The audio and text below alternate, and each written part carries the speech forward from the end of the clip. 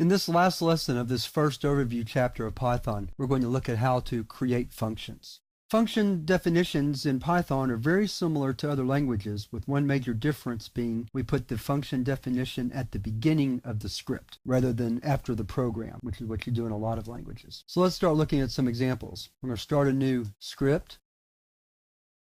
And for this first example, we're going to write a function to square a number. So to do that, we start off with the keyword def for define, which tells the interpreter that what's coming is a function definition, followed by the function name, square, followed by a parameter list, one or more pieces of data that we want to pass into the function. In this case, we just want to pass one single number or numeric value, so we'll just write num as our parameter. Then a colon to indicate the beginning of the function body. In the function body itself, we just need one line, a return statement that returns num times num. Understand that any value returning function has to have a return statement somewhere in the body of the function, but because this is such a simple function to write, we'll just have a single line with the return statement being that line. So now we're ready to test the function. So we skip a line to indicate the end of the function definition, create a variable, assign it a numeric value, and then we'll print the square of that number by calling the function, there's our function call, with the argument, the data that we want to pass in, followed by two closing parentheses to end the statement. So we'll save that file, keep it open. Let's minimize it though. Back to our command prompt window and run the function. And we see that it's 144. That was a fairly simple example, but it was good for showing you what the pieces of a Python function are. Now let's look at a little more complex example. What we want to do here is write a function that converts a given temperature to another scale. So for example, we can go from Fahrenheit to Celsius or Celsius to Fahrenheit. So we'll start off with def. We're going to call this function convertTemp, and then we're going to provide two parameters, the temperature we want to convert and the scale we want to convert to. So for example, if we write 212C, we want to convert 212 to Celsius, and that would be 100. So the way we'll write the function is we'll have an if statement that will say if scale is equal to C, and then we provide the formula, which is the Fahrenheit temperature, the temp, minus 32 degrees times 5/9. And then we're going to write else if scale equals F, return the temperature times 9/5 plus 32. And that's all we need.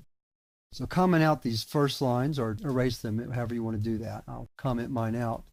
And this time we're going to prompt the user to enter the data that we're going to pass to the function. We haven't done any interactive user input, and we do that with a built-in function called input. So we're going to say temp equals input.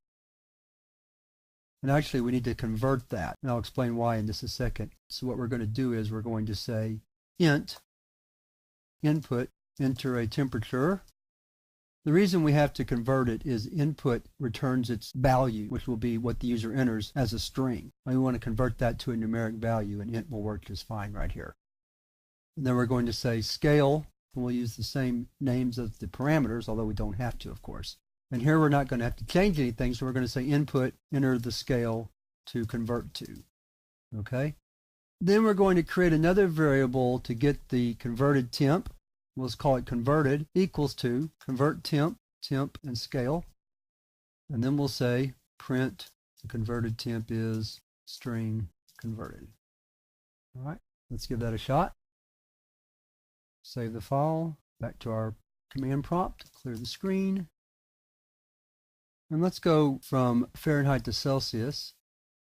The converted temp is 100, so 212 Celsius is 100. Let's run it again.